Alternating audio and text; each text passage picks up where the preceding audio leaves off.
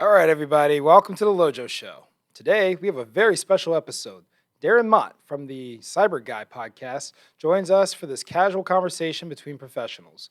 We discuss our experience in cybersecurity and the future of the industry. We hope you enjoy the conversation as much as we did.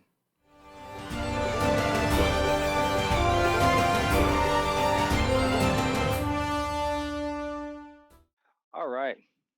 All right, guys. So, folks, we're joined here today with Darren Mott from the CyBUr Guy show. This guy has his own podcast. So we've got two podcasters here sitting on the line talking to each other. That might be a miracle in and of itself today. So great to have Darren as well, and great to be able to, again, have these discussions and stuff with people who are knowledgeable.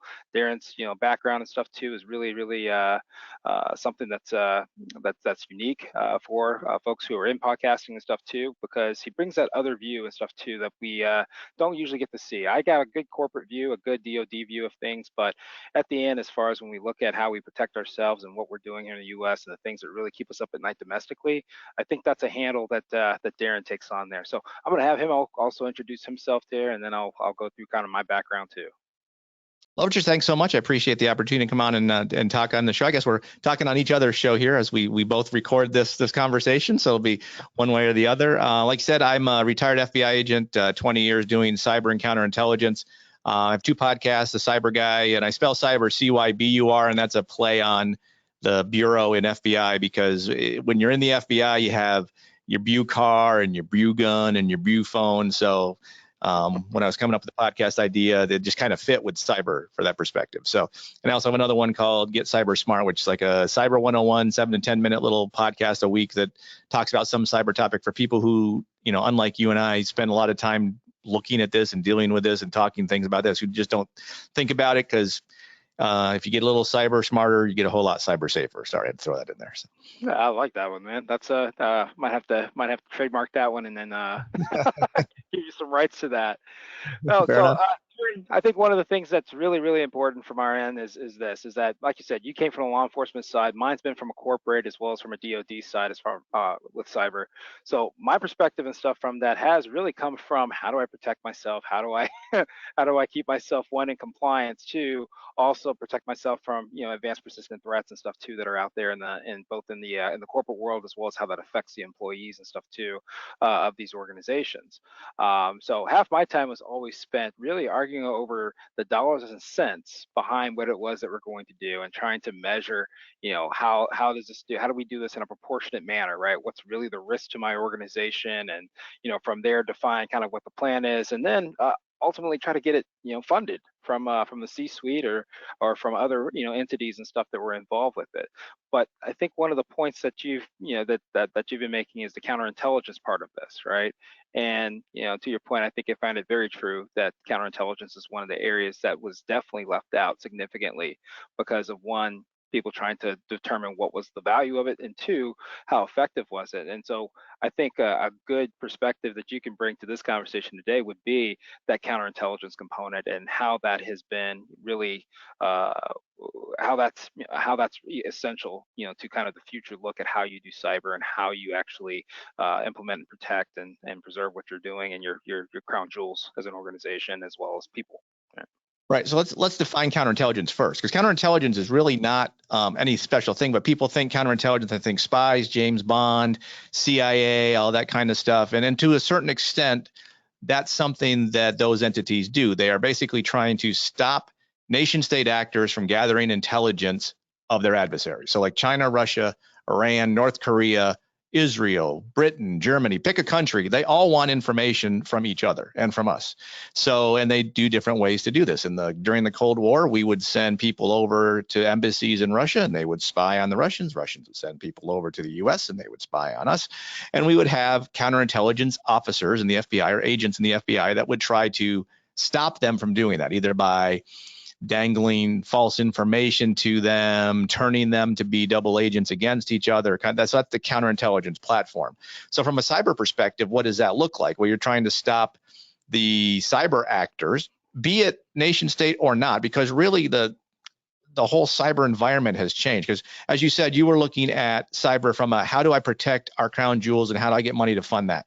I was looking at from a different perspective of what do the bad guys want, who are they targeting, and why are they targeting that information? And it was amazing how many times I would go to a company who got hit with a cyber attack. I never went to a single victim who said, well, it was our turn. We knew it was coming. You know, we were ready for it.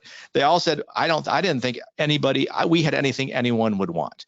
I was talking to a guy yesterday and he said, for most companies below like $1 billion or below 100 million, they don't think they're targets.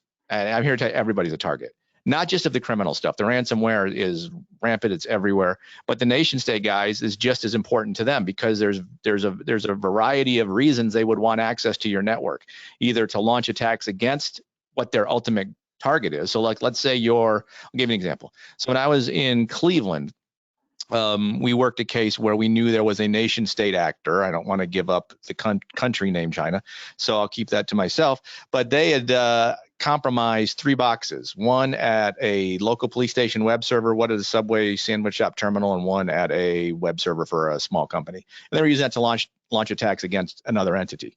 And so all 3 of those victims in the Cleveland area would have said, I have nothing anyone would want, but they had the bandwidth for that. And then you have the other targets that are, your Boeing and Lockheed that have the national defense stuff. And what companies, I don't think, now big companies do, if they're over $1 billion, they get it.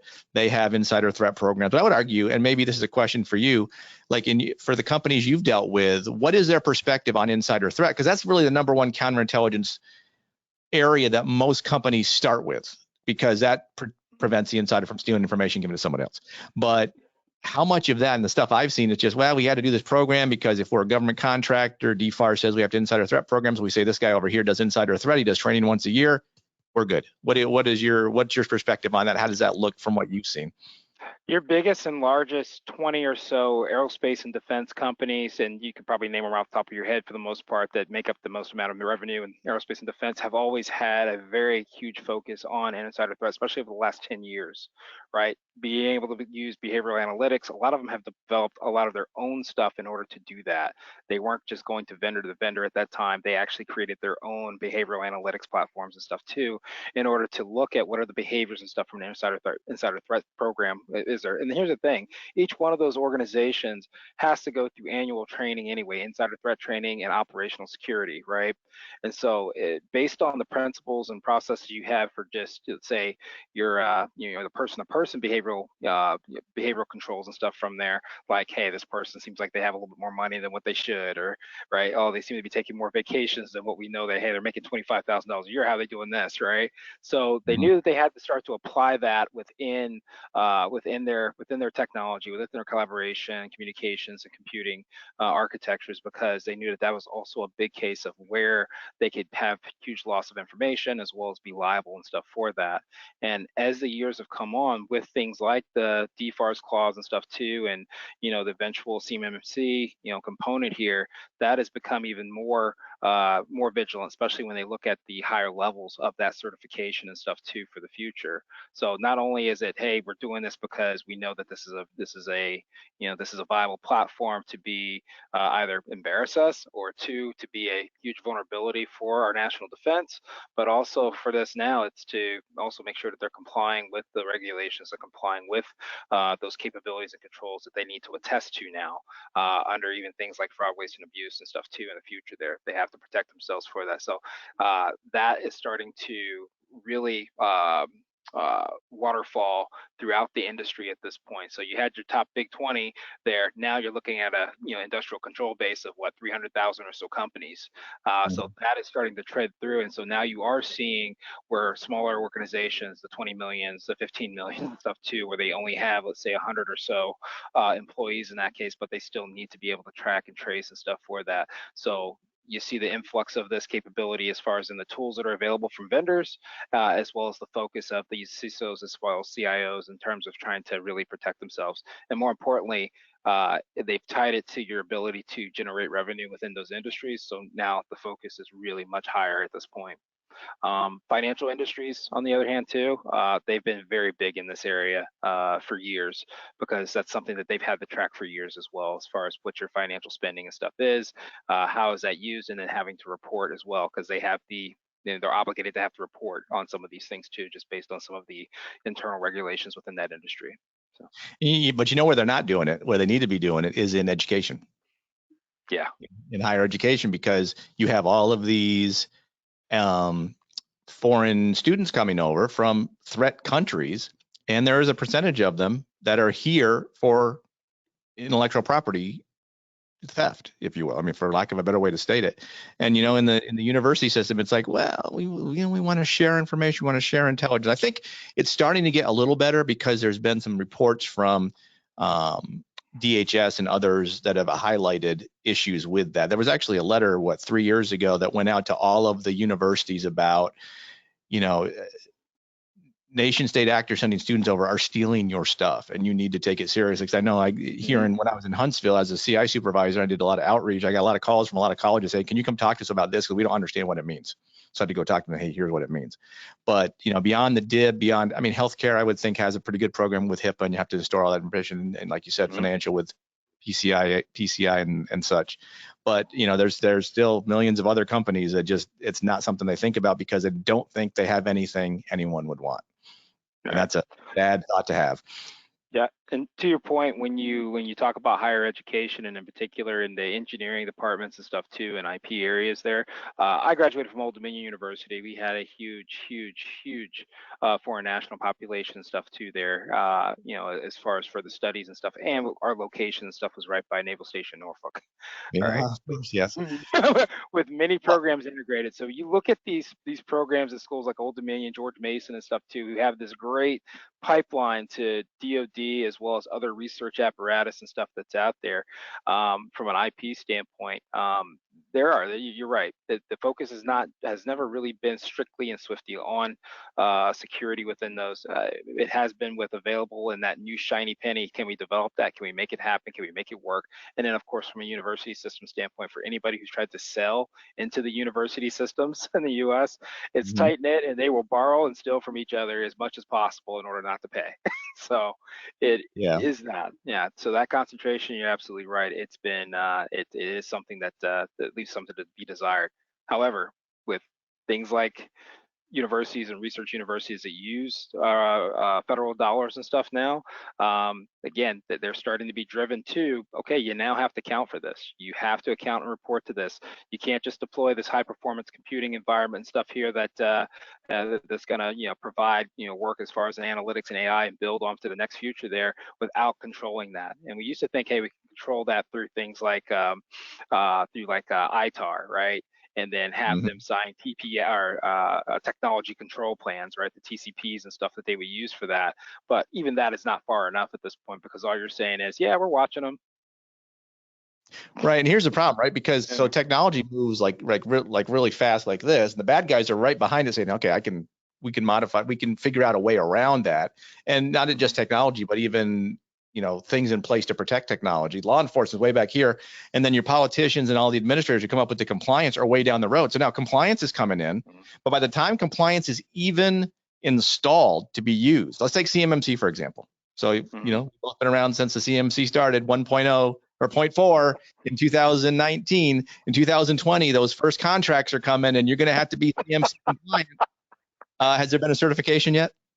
No. Why not? No, the roadmap's pushed down the road again. Yeah. So, I mean, we can do compliance all day long, but the bad guys that don't, they're going to find their ways around it. And then, so, I don't fault the people who do the compliance and come up with the compliance ideas. I understand why you have to do it, but it's just not. It's the bureaucracy that we live in, and bad guys are always working. So easy for them. Right. I mean, bad guys are always working, and the other part is we look to further things like we have this focus now on things like AI and quantum computing and stuff too, as that moves forward. Well, guess what? You kind of exponentially increase risk and stuff with that because of the speed of computing, the speed of which you can do things like decryption and stuff now, right? But true pioneers at the end, right? They're not going to look at the security component, right? It's going to be, we need to press forward, right? We got to get this to market. We need to see our vision and stuff from it. And just like that, regulations and controls and stuff for that, and even the education of workforces and stuff on how to protect yourself are going to lag behind a good 2 and 3 years behind, as far as being able to do that. And that leaves that opportunity. That's the opportunity gap there. Because funny enough, you're still going to have to connect that stuff to legacy stuff that still Right. is Well, I wearing mean, old vulnerabilities and everything else, right? I So, still love every time I see an article that, a Windows XP that was unknown on the network got popped. yep, yep. Yeah, and these are huge, these are huge events. I mean, these are huge events. I mean, Colonial Pipeline and everything else, right? When you talk about what actually happened, and you go, okay, that was not very complicated. It Right. was really somebody already did this and lad and waited for years before they actually took advantage of that, right? Yeah, and that's what you see, and you see it throughout. You even see it throughout our lives as well. How many people still are using an iPhone, let's say iPhone 8, right? Right. Right Right. Because now. they want the button. They want the button. Right, they want the button, right? Or they're used to it and they don't want to change. Right. Right. Right. Well, it's amazing. You mentioned Colonial Pipeline. I mean, and that just goes to show the lack of understanding of what the threat is. I mean, I say all the time, understand your threat, you can assess your risk. Colonial Pipeline didn't understand their threat because when it happened to their business network, which was not connected to their distribution network, they shut it all down because they didn't understand it. I mean, that's where our problem is. And they're a pretty big company. Yeah, SolarWinds. they're huge. Yeah. SolarWinds. SolarWinds, pretty big company. I'm thinking is pretty big, and they let an intern change the password to their update server to SolarWinds 123 exclamation point. Oh, well, at least it wasn't the rainbow. Thank goodness. There we go. Yeah. But still, same means at the end there. Right. It's over and over when you work with some of these organizations, OT and industrial control systems in those areas is one of the things that we did a lot of work in with utilities and stuff too. And I would say probably the first thing that you had when you went into any of these organizations to work with them was the person that's been there for 25, 30 years who would say that, oh, this isn't applicable to us. And, these threats that you found here or these vulnerabilities, they're immaterial at this point. Nobody can get to that. We don't even connect this. We don't even do this, right? And then, we also take that and you move that over to even, let's say, your corporate organizations that have huge manufacturing components there. This is where this is where that phase of which, hey, we used to build everything as guards and gates, right? Right. And basically you separate that OT environment from an IT environment. You separate your customer environment and stuff from your, from your corporate environment, I right? think I'm sorry. I think my delivery's here. Can we pause right here real quick? Yeah, no problem. Go ahead, man. So it's got to be it.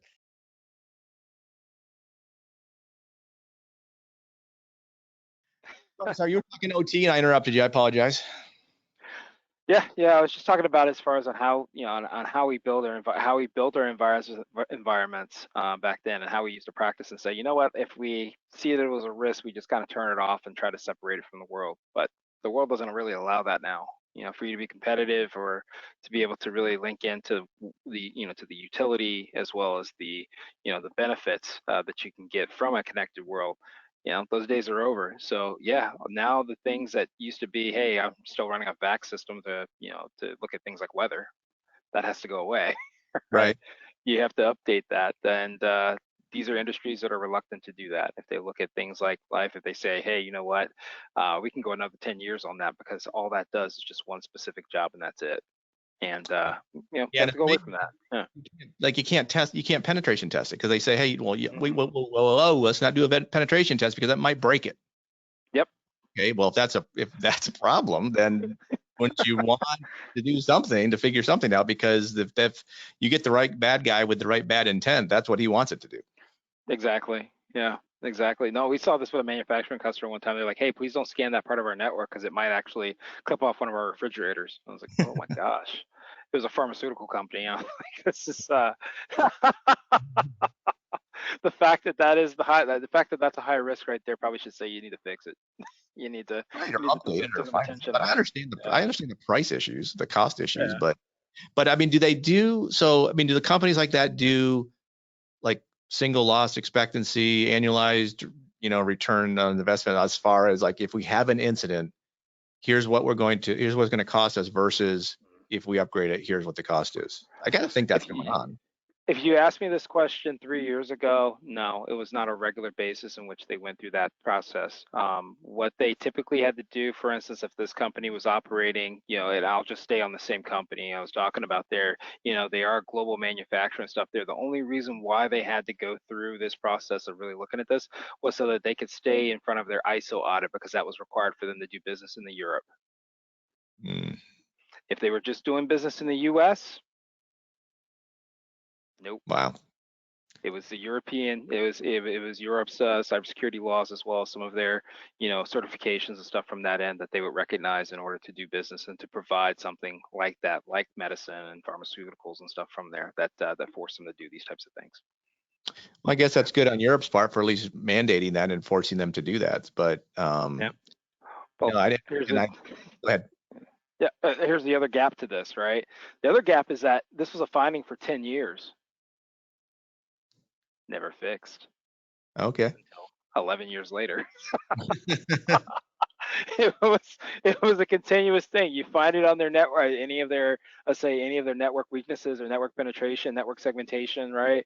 You'd find that, you'd have these huge findings from that. You could actually demonstrate what could happen, right, from it, and it would stay open for all those years, because one, it was not a priority as far as saying, hey, for these funds for this year, go ahead and do that. So the measurements of that was gone. But again, now, 2 years later, I would say that the majority of the clients and stuff that we had at that point, and working with, let's say, with pharmaceutical companies, manufacturing, anything that was sending things international, they ended up moving far ahead of our typical domestic companies and stuff within that, just because they had to comply with that. And in general, also, if they were taking on personal information and stuff too from that, GDPR and European unions privacy laws and stuff too from there had to be enforced, had to be enforced very stringently and applied with a lot of diligence. So those were some of the key focus areas for legal organizations within those companies. So let's go back to the counterintelligence piece real quick. So there's things that companies can do very simply, I think, and you can see. I'm gonna present a scenario here. You tell me if it's good, bad, or ugly. So let's say you that you have a crown jewel that is very important to your business model, and that adversaries want it, either criminally, nation state, doesn't matter. That if someone was to get in your network and do bad things, this would be very bad. Or it could be a customer PII, pick your poison. But two things you can do on your network that seem to be very cost effective, that would alert you to both an insider issue or an external insider, meaning someone from outside who's now in your network and looking around. Because, I mean, as we both know, the average time for a company to detect an intrusion in their network is like 300 days. So they're going to be in there for a while. But you set up a folder and you call it whatever your super project is. Pick a special name for your project, and you fill it with a bunch of encrypted files that have nothing in them other than these bogus encrypted files. And you set alerts on that folder, and you hide it within a framework somewhere on your network, and you have alerts set on it. So if anyone was to access that folder, like, the only people that know the folder exists is your CIO, IT manager, and maybe your security manager, however you want to set that up. And then if someone goes in that folder, who no one should have access to, but they find it and they go in it, you then have a problem. Do you know of any companies that are doing that? Does that seem like it's something that, I think from a counterintelligence perspective, it's something that seems simple to put forward, that wouldn't take a lot of time and would provide you with an instant alert that perhaps you have an issue? I mean, it's not the only thing you should do, but if somebody's just looking to start down the road, what do you think of that as an idea for something to do going forward? Yeah, this is that approach and stuff has been used as far as from a honeypot standpoint. Right. Let me tell you this: the folks that are trained nowadays as far as to run these programs and stuff like that, they're not the same as what they were back in, say, the early 2000s, where we would set up tremendously exquisite honeypots, right, with some of the same characteristics that you're speaking of, as far as really things that are enticing. It wasn't to try to catch them and throw them in jail. It was really to monitor them and see, okay, this is what you're doing. Here are some of the methods you're doing, right? Oh, here are the type of rootkits and stuff too that you're starting to look at really deploying within our environment. Here are the tools and utilities that you have, right? And being able to discover that and then be able to apply that from a counter standpoint from our end within our network, that helped us decide a lot of times what was going to be necessary for us. Should we spend more money from a firewall standpoint? Should we spend more money as far as on the actual endpoint that's running on, right? Do we need more malware on this? Do we need to run a host-based, IDS or so from that, right? That's what used to kind of drive those decisions there. So yes, to some extent that is being used. Some of the most savvy folks that I know of that are running managed security services and stuff from that are really being paid to do this, or in some cases to be able to automate this, they are beginning to deploy that type of capability, at scale, as far as defining, okay, this is some area where, hey, these are some of the sensitive applications, these are sensitive data stores, files, and stuff from there. So we moved away from like traditional file systems, to now these collaborative cloud-based systems and stuff too that's there. But now with that, you're able to actually do some of that modeling and stuff too, and then be able to really monitor what parties or stuff are doing there. Some organizations see it as risky because you're like, it's almost like you're inviting them into the infrastructure, but they're already in your infrastructure. Again, they're already in there, right? Yeah. So how about you monitor and figure out how to stop what they're doing? And so that study part is the piece there. And I would say that's the area that really the education of cybersecurity professionals has fallen flat. Because really, that's all that is, a dangle. That's a digital dangle. Is all that is. That you're dangling that out there to see who will touch on it, and if they do, they probably have ill. Yep. But yeah, like I said, it's a way to really define that and to really to do that. That's what we used to do for fun when we were training. Set those cyber, up, right? Yeah, that's what we used to do for fun. But that's not what people do for fun anymore. So when you're speaking to an executive or so, or if you're speaking to someone that's any management position or position of leadership that hadn't come necessarily from a technical background, they don't understand that, and immediately they say that's too high risk for us, right? Right. Yeah. That is the barrier that's in there. So that is an area that, if I say from a leadership standpoint within cyber, that don't just go with the business guy. You got to also go with the person that has that technical chops as well to say and discern, hey, this is a good way for us to really look and learn and see what's really applicable to our environment versus not. I think that's really the big problem. Really, you mentioned leadership. Is there's just not a lot of leadership in the cyber world per se. I mean, certainly you have CISOs and you have some CIOs that are technically trained, but a lot of people. I mean, there's already what is a 2 million personnel gap in cybersecurity personnel. So that's just the regular people getting into cybersecurity. So you got that gap. I mean, the leadership gap has got to extrapolate itself up the same. I saw this in the FBI all the time. You had guys that would go in to become senior managers in the cyber division of the FBI who never, they were lucky if they get their mouse to work correctly. But because they went into leadership and they were able to get promoted there, they would spend 6 months in the cyber division as a deputy assistant director or assistant director. And then they would, in their last 6 months of employment with the FBI, go get CISSP certified. And then they would come out and say, ooh, I am a cyber leader. I know all about cyber. Never worked a cyber investigation in their life. The good thing is, I think the private sector weeds those out over time. I mean, some of them are very good at leading people. So, I mean, there's a difference between leading people and leading technology and thought process there. I think where the issue drops, and I saw this in the FBI, is you didn't have leaders with a strategy on how to deal with the problem. I think the guy they have there now as the assistant director is trying to do those things. He seems like he's very engaged because you see him talking a lot about what the Bureau does online. But the problem is it's the same buzzwords I've heard for 15 years. Public-private sector partnership, and we're going to work with the DIB, and we're going to share intelligence and all that kind of stuff. Okay, but how are you doing that? My biggest, and I'm going off on a tangent now. My biggest complaint over the last year is this whole executive action that was made about cybersecurity and creating the cybersecurity review board, like the National Traffic and NTSB.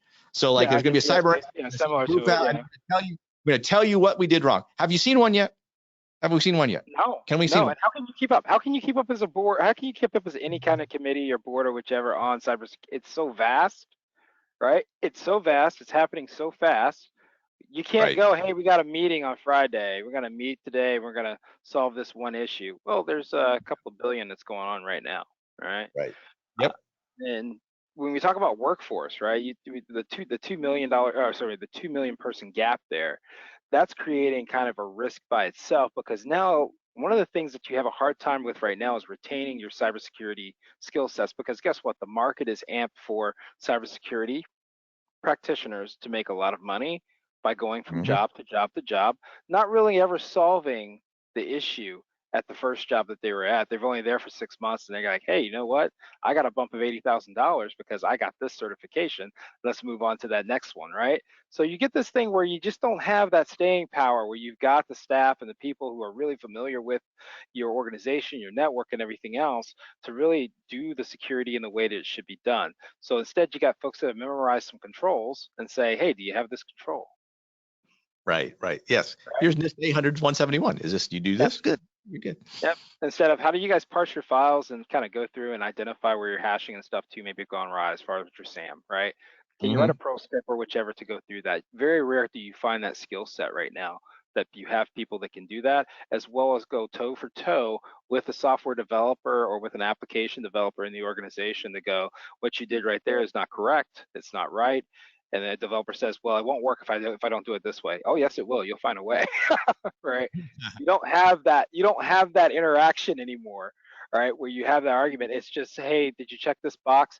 Yeah, I checked it. I ran it through our Raptor framework and stuff from that, and it should be good. That type of analysis is gone. So you get a lot of buggy code and stuff out there to with a lot of still a lot of vulnerabilities that just don't get fixed. The bugs. Yeah. Hmm. And the other problem is, so you have, so again, wrapping back around to the counterintelligence piece, the whole thing Yeah. with cyber is you got cyber and human. If you got cyber and human, you got both those two sides. So if they can't get into you from a cyber perspective, get from a human's perspective. So in a Hmm. company, your two main areas that protect that are your CISO and your security officer, your physical security officer. Yet those two Yep. guys don't seem to ever want to talk to each other because they're like, you're infringing on my domain. And so, and I get that. I'm stealing this from a guy I talked to yesterday I recorded a podcast yesterday, and I talked to him, and he said that's the problem is the CISO and the physical security guy don't collaborate enough. They argue over their resources, and they feel like you're jumping in their framework, and that all that does is leave more risk for the company beyond all the stuff you just talked about, not the code and everything like that. So you now Yeah. have those three areas where it's just I'm not sure how we split this baby or fix. You're never going to fix the problem, but I Yes. think that at the end of the day, we really just have to shoot to how do we reduce the risk, and I think it's all these things combined in pieces that are most important. Yeah. Yeah. Some organizations have gone as far as to label a position called the CSO, which has both physical security requirements and cybersecurity requirements. So you'll see that in a lot of the utilities and a lot of the power and energy, yeah, and industries in that case, because from a critical infrastructure standpoint, that's associated. It's critical that you get your physical security right, but also your cybersecurity. So they have the position now CSO. What certification you need for that? What's the certification that's required? The same that's needed for a CISO, I guess. That's true, For a because CISO, there is a right? physical domain on the CISO on the CISP, right? Well, I always say, I was like, so you need to find a cop and a geek and put them all together, and that's your CSO. I know. I should get my CISP. I'm actually working towards my CISP right now because I figured I have a master's degree in cybersecurity. Why would I Uh, want a certification? But now I just need it just so I can say, "Ooh, hey, I got this certification. I passed I the test." will tell you right now, some of the best ones I know have exactly that background, where they were in law enforcement prior, right? So they understand physical security and understand human behavior and stuff from that end. And then they went ahead and moved forward to the cybersecurity route. A lot of folks go into like University of Maryland and stuff for that. So that's where I've seen that a lot in the industry. When you look at resumes and stuff too, it's like, oh, this is okay. All right, you understand critical infrastructure, you understand NERC SIP and stuff too, and you put that all together, and you got someone that's perfect from a CSO standpoint. Yeah. Yeah, and you have a clearance. Clearances are good. And you have a clearance, yes. No, it's no, it is a unique industry. We've been calling it kind of like an amoeba nowadays, right? It just kind of takes Yeah. on the form that the environment is is pushing it towards. And at one point, 4 years ago, we weren't really talking about automation or the machine learning and stuff in our tools from a cyber standpoint. We thought about it, but it was kind of like, oh, that's way on the horizon, all right? And then in addition to that, when you've got these, let's say, multinational organizations with locations all over the world, that physical security piece, I would say was probably one of the most complex things to solve, especially on things, so something as simple as, facility entrance systems, right? As far as Right. and being able to enter your facility, being able to identify the right credentials, as well as people flying from one place or one location to another, and being able to account for them, because it was essential to their job, but the organization wasn't set up to bill it, so you had an inherent physical risk, in Scotland or whichever, in Right. that case, that wasn't such a risk in the US because of how you were doing your electronic entry systems and stuff too for that. So Yeah. yeah. Yeah. When I was working in Charlotte, and there was a company in Triangle Research Park that was basically selling a portion. I don't want to name the company. They're selling a portion of their business model to a Chinese company. And so we had to go to them and talk about, hey, here are the risks that you are incorporating by selling this business platform to the Chinese for what they want to do. And how are you going to protect US interest and intellectual property that you have from being compromised by your now Chinese ownership? And they said, well, Mm-hmm. when we know they're going to send engineers over here, but you see that door, that's going to be locked at all times. So, and that's going to be on the other side of that door is where the important stuff is, and they're never going to get through that. Okay. Yeah. Needless to say, that particular brand of that particular item is not allowed on U.S. networks, U.S. government Mm-hmm. networks. Let's say you don't see that particular brand being purchased by a lot of government entities because Yeah. of that particular effect. But the consumer buys it. Consumer buys it all day long because their prices are cheaper. And Yep. so now the consumer who now works from home because of COVID, for the company that doesn't buy it but has it at home, there you go. There it New is. vector. There it is. Yep. Yeah, and speaking of that, basically our new working situation now, for the most part, I don't want to say even new now. It's been 2 years now, right? How we look at security, how we look at even people working from home and stuff from there, that remote work model, that's definitely changed quite a bit as well, because now you're essentially having split tunnels all over the place for your at your homes, right? You get your computer, you get on your wireless network, and then you connect to the to the business one. Like, oh, but I joined my VPN first. I was like, but how do you turn your VPN off ever? Right. Yeah, Yeah, when I exactly. need to print. I was like, oh, okay. All right. On your home network, right? Yep. All right. Using certain available products that, like you said, the government doesn't use or refuses to Right. use. Exactly. Right? Yep. Yeah, it's right there in the house, right there at the home. It's that is different. That is a whole different, again, attack vector and opportunity that's there, and it does make it more susceptible to folks just kind of going around the neighborhood at that point in time, monitoring networks and stuff too, home network. Which, I'll admit too, yeah, I'm not that great as far as on my home network security Right. sometimes. But, Yeah. yeah, because people got to join it, right? My kids got to play their games on it, and Exactly. Yeah, when your yeah. mother-in-law comes over, you got to have wireless for her iPhone. Yeah, and by goodness, do not have a 16-letter password, right? Better not be Because that's complicated. gonna try. Yeah, that's not happening, because you're gonna be stuck on the Right. phone with them. Go, huh? What's that But password again? as long as you name your SSID for your network FBI surveillance van 4, no one will connect to it. We have two of those. We have two of Right. those in our neighborhood. Yep. There's two of those right in our neighborhood. So yeah, as soon as you pull it up, you're like, oh my gosh, you know who it is too. So Right. it's the cynic. It's always the cynic that's down the street. That's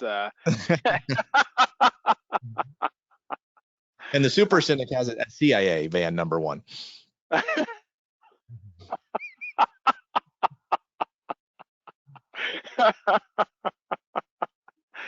Oh man, yeah. I guess the next name you have there is like who's whose responsibility. That's your middleman right there.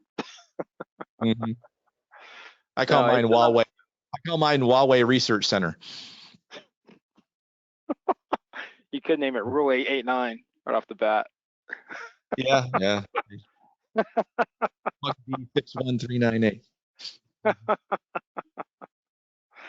No, it's a different.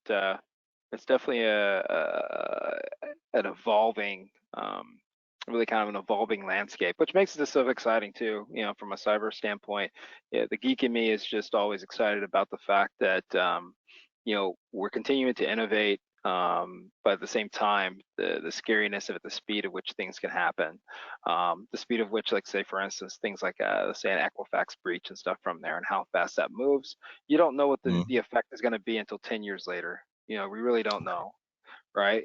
One of the things that we worked on as far as one of our podcasts was talking about really the apparatus of artificial intelligence and machine learning, and that really the key to this is how much data do you have?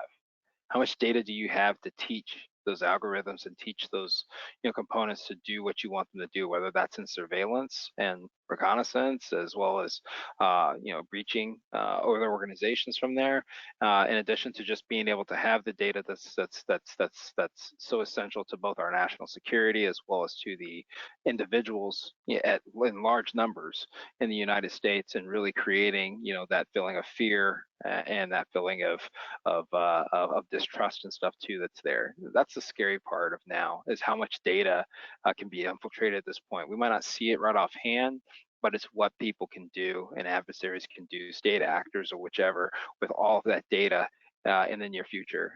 What can they do with it, right? So that's that's probably one of the problem's going to be with, as you talk about AI and quantum computing and stuff like that. The first people that are going to find the vulnerabilities and exploit them are going to be the bad guys.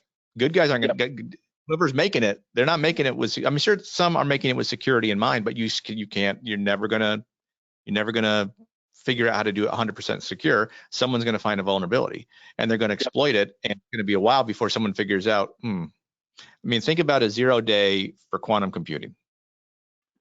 How would you like to be the guy who finds the first 0 day for quantum computing and you keep it to yourself or to your employer and you utilize it? Oh my God. That's going to be. Yeah, back in the day, I built a Beowulf cluster, which was really a bunch of Dell Optiplexes that we put together with like PLM and messaging from there. And really that became one of the most, back then, as far as like opening my security and working on that as a research component from there, I would do that and then close it up as far as close up the links and stuff. Well, that Beowulf cluster turned out to be one of the best denial service weapons that we've ever had and have ever seen. And I did have a discussion with probably some of your colleagues regarding that Beowulf cluster back then.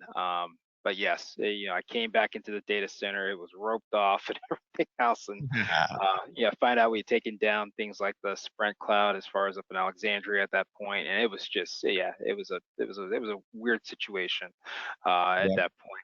But again, it was such a great advancement, right, to be able to use cheap computing and stuff to achieve supercomputing results that, we had decided that this was going to be appropriate for there. And, we were developing what we were developing for availability and for innovation rather than for security. And so, yes, the first customer for that was someone that infiltrated that Beowulf cluster and began to use that for a great distributed denial service attack. Yeah, great. So I missed the days of trust on the internet. When I was in my early days, I had undercover in Charlotte for 5 years in infiltrating the wares scene. So I had a 15 terabyte server farm, which was running off of a 1.5 meg per second cable connection in the early 2000s. And I had these wares groups all over the world sending me their stolen data. And I told them I was in Canada. So it's okay. We're not in the US. You're storing all your stuff in Canada. And how I got around that was I had a source who was part of these groups, and they just trusted them. See, I missed the days of trust where you just trust what you see, trust what you hear. Yeah. Yep. No. Nowadays it's nowadays it takes a couple of more steps. Now it's zero trust. Now we're looking for zero trust. Zero trust. But let me ask you a question on that zero trust, because I'm certainly no expert on zero trust. But it seems like if you still have to incorporate aspects of application and tools, is there going to be, and you may not know the answer to this, but I figure you're more knowledgeable on this than I am. If you have application A that is zero trust compliant, application B that's zero trust compliant, application C that handles your web server, your mail server, and your application server, let's say. And they're all zero trust, but they're different vendors. Is there any way to, once you put those all together, do you even have zero trust anymore? Because is this zero trust equal to this zero trust equal to this zero trust architecture? And so when they all communicate, it's still all zero trust, or is it no longer zero trust because the architecture is different? So I'm going to answer this question in 3 parts, right? So you have a very diverse vendor ecosystem right now. So say for instance, you have Cisco's zero trust platform and technology and stuff, right? At the application level and stuff too from there, right? But yes, you can integrate that via some of the controlled and partnered APIs that these organizations have gone together. So now, what you were doing with, like, let's say with Cisco ACI, right, which is for applications to have zero trust security and certificate passing and permissions for applications to talk to what database or to what application or whether apparatus from there. So you got Cisco's component of that, but you can still use that in communication using, like, say, Zscaler as far as for their, their SD-WAN component, right? So yes, you can do that, and there is a translation for that for you to do it, right? And you can enact the zero trust environment doing that too. Now, where it gets sloppy is that sometimes organizations don't want to go that extra step where, hey, we've got to do the integration of these 2 vendor products, right? And some of what they have do not match up. So let's make a gap, right? Let's go, okay, we're going to deploy our software-defined data center over here. That's going to be Cisco ACI from that end, right? But you know what? It's going to only talk to itself in this area here, right? By itself. It's not under any straight up, enterprise management from there. And then basically, if we want to get to that, we're going to go through this one little firewall, and that's how we're going to talk to that area there. So now all you've done is said, okay, I only have zero trust in there, but I don't have zero trust for my users, right? I'm still authenticating my users through regular authentication means, right? And then they're going to come through a firewall at this point because of some trust rule that I've made for the firewall, and now they can get to that zero trust environment, which, yes, no longer makes it zero trust. Right. Right. So Try if you're sloppy in deploying this and doing that, no, you're not going to achieve the goals of zero trust, right? You're not going to achieve it if you're not tagging your user, right? So that they have what they have a trustworthy what they have, what they are, and components what they're using, their device or whichever from there. If you're taking those things away from them actually connecting to a zero trust environment, in which case you're enacting things like tagging, like whitelisting and stuff within that, as well as even the encryption or end-to-end encryption and stuff too that you have for communications between, those entities, whether it be application to a database or application to web services and stuff from there. Yeah, you're gonna have a hole there, and it's not gonna be fully a truly zero trust environment. I guess the good thing though is technology is going to advance with it that will make it easier to deploy. So I don't think we're there yet, but I think eventually you'll get there where, you will hopefully have, like, a one-stop shop for this, get this, and it'll help deploy your zero trust network. But some tells me it's got to be cloud-based, but I'm guessing on that. I'm not as well versed in zero cloud technology myself, but yeah. The cloud-based component or the hybrid cloud component does that seems to be the more realistic way to be able to do it, because what it does is it brings people to a common platform at that point so that you can have trust amongst organizations and trust amongst others, and also be able to trust that their security and trust system right there integrates appropriately. So right. yeah, it typically is that. If folks are still kind of using more of their own data center and their own homegrown tools and everything else that go along with that, that just creates the complication. And this is common, right? Organizations are going to adopt technology at different rates, right? Some organizations have adopted technology. They do their refresh every 3 years on everything, right? And they keep up with that because, that's important to them. Availability is the most important thing for their organization. So they want the latest and greatest and the fastest, right? Others are a little bit more strapped, right? And say when we talk about like the airline industry, right? More strapped for cash. It's a small margin that they make. Therefore, they can't just go and invest and invest and invest, money within, in those entities in order to really increase their technology and then move to a zero trust model. It's difficult to do that. They're large and they are patched together, right? How many airlines have bought whatever airlines over the last couple of years, right? Continental. I used to love Continental. Well, I don't have Continental anymore, right? That's something else, right? Yeah. So Pan Am, American, all the things that all the companies that American has bought over the years, Delta as well as United Airlines, right? So they have still run a lot of these regional airlines and everything else separately, including the IT infrastructure that was used to maintain and run those as regional airlines and stuff too. So that's a patchwork that's there. So if you need to actually go to zero trust, you got a lot of work to do because you have essentially 20 or so companies you got to pull together now to make it work. So it sounds great. It's a great theory on how it works. It's a great framework that's there. But when you take in the real effect of like, hey, that plug's not going to work in that outlet. Yeah, sure. That's essentially what you get with those. I want to know who's going to create the zero trust architect certification, because that's got to be by itself $100,000 pay bump right there when you pass that certification.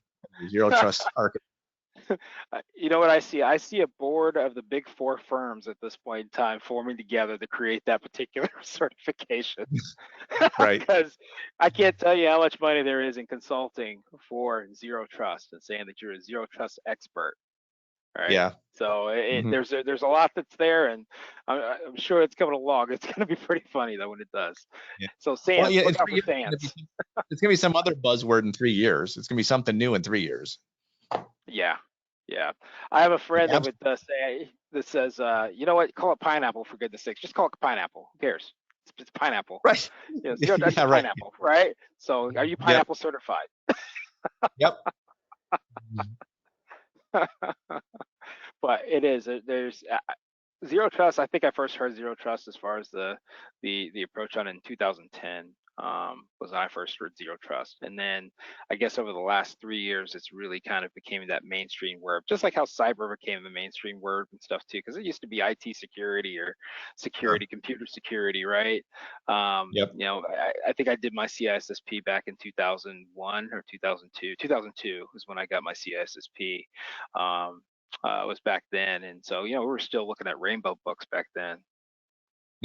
Yes, rainbow books. Yeah, we were still looking at rainbow back then. So it's it's kind of funny seeing on how this has evolved, right? And folks go, "Are you in cyber?" I'm like, "Well, cyber what? Security or cyber awareness? What are we talking about?" I think my first episode of Get Cyber Smart was defining what cyber is. From my perspective, because everybody has their own perspective on what cyber is. And so I tend to take the bureau approach, where for us, cyber was unauthorized access to a computer. That's what we called cyber. And I mean, cyber enabled, because if you do fraud online, fraud was already a crime. Just because you're doing it on a computer doesn't make it a special fraud. It's just you're using a different tool. Like we used to say, hey, when bank robbery, people started robbing banks with guns, they didn't create gun squads. They had bank robbery squads. They just did bank robberies. Just because there was a gun used doesn't mean you need to create a gun squad. So, but those of us in cyber, no, we need the cyber, because the problem was, at least for me, and not for me, but the problem in the bureau in the early 90s into the 2000s is a lot of agents are like, I don't want to touch that computer crap. I'm not interested in that. So it was great for me because I was all in. Let's go. Let's do the cyber stuff. Well, actually, you can tell. What's that? Go ahead. And to your point, you could tell. I told you about that incident I had with that Beowulf cluster, right? Yeah. I still remember the first question that was asked of me. Did you guys lock the doors? You're right, exactly. That was the first question. Did you guys lock the doors? So like, There must have been an office that didn't have a cyber squad at the time. Maybe that was it. Who knows? Because we didn't have cyber squads until 2002. My first squad was called the National Infrastructure Protection Center Squad. That is not a cool squad to say you work on when you're going to a party. No, not at all. No, you're definitely might be single for a long time after that one. I was married when I got in the bureau, so I was okay. I didn't worry about that. But good. Yeah, it was 2001 when that happened, when that occurred. And okay, so we didn't. That was the NIPSI squad. They had a NIPSI. And what office? Do you mind me asking what area of the country? Norfolk, Virginia. Yeah, they didn't have a cyber squad. They probably had a cyber or 1 or 2 cyber agents, and the cyber squad that would have or the NIPSI squad that would have been assigned to your area was probably New York. Would be my guess. Would be well, no, Washington D.C. Washington would have had a NIPSI squad. No, I take that back. Yes, they would have had the NIPSI squad to cover that region because actually Norfolk is part of the Richmond division. For what that's worth, I guarantee you, Richmond did not have a NIPSI squad in 2001. So they're only 16 at that time. And like even as I was in Charlotte, we had one. And we were supposed to be like the regional cyber squad for the Southeast region there. We never worked anything outside of Charlotte. So you always had someone stuck. Hey, so someone from Richmond said, hey, you got this thing going on down in Norfolk, go over and figure it out. So they found guys who came in the office early, said, okay, you guys go over there and figure out what's going on with that. Definitely seemed that way. It definitely seemed that way. They probably like, oh, we got to go to Norfolk. Yeah. First question: what's a Beowulf cluster? I said the first question was the door lock. Second question: what's a Beowulf cluster? Yeah. Basically, that was it. I don't think I used the word Beowulf cluster after they asked me, "Did you lock the door?" Right. I just said we have a supercomputer. Yeah, there you go. Did they seize it? No, they didn't. They actually did not seize it. Nope, they didn't seize it. And actually, as far as from an outcome or so, we only met with them like once or twice, and that was it. Right. I mean, it was once or twice, and it really wasn't anything that anybody could do at that point. I think I believe that Sprint was a little bit more interested in what happened and everything else because it created quite a bit of downtime at that point. But after that, there really was no other follow through and stuff on that particular investigation. So, was it part of a botnet? Did you figure out who got on it and what they did with it?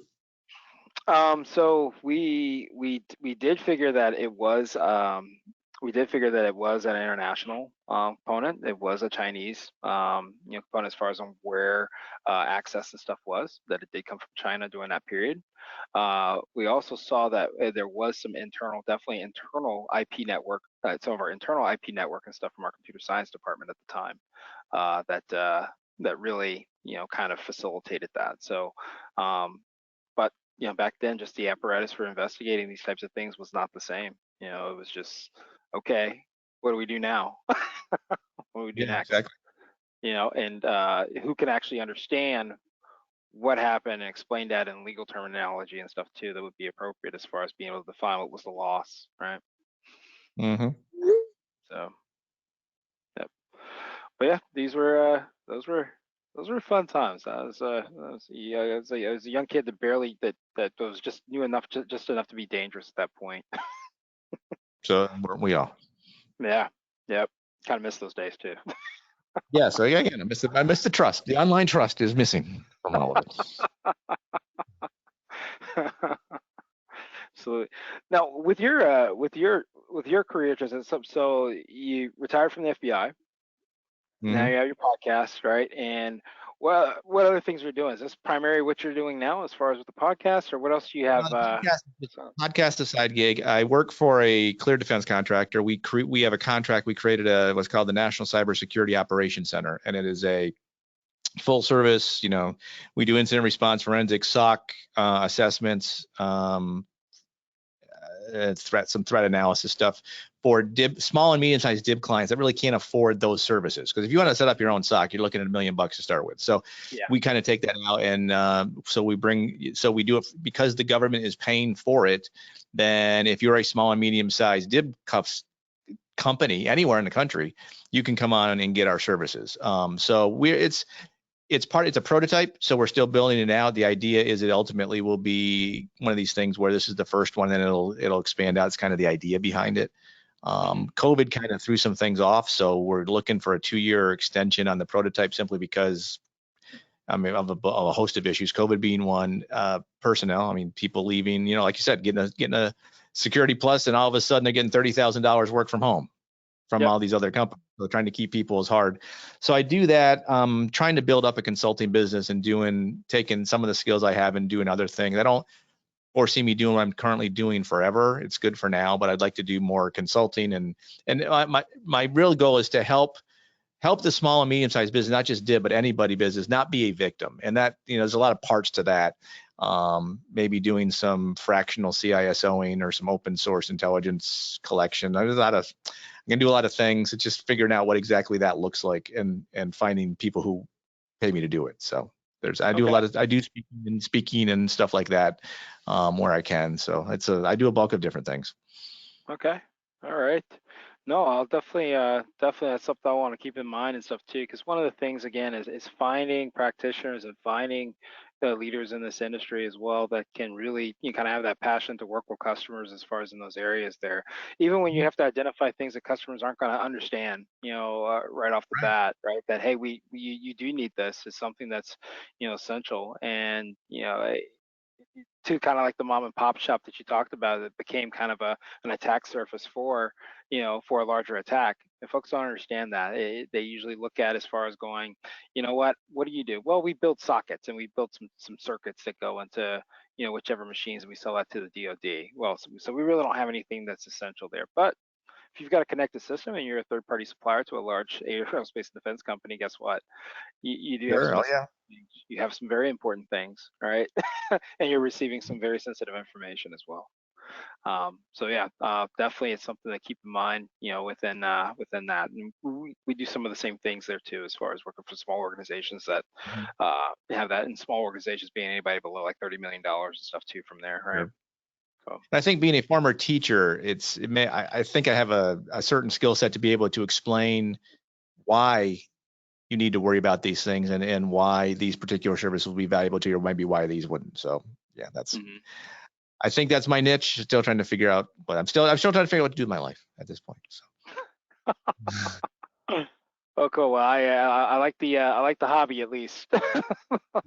Yes, I love the podcast and happy to appreciate you having me on to talk. And I appreciate the wide ranging conversation. I don't get that opportunity to kind of just, it sounds like I'm venting a lot, partially because I'm on somebody else's podcast. So I don't necessarily have to be reserved.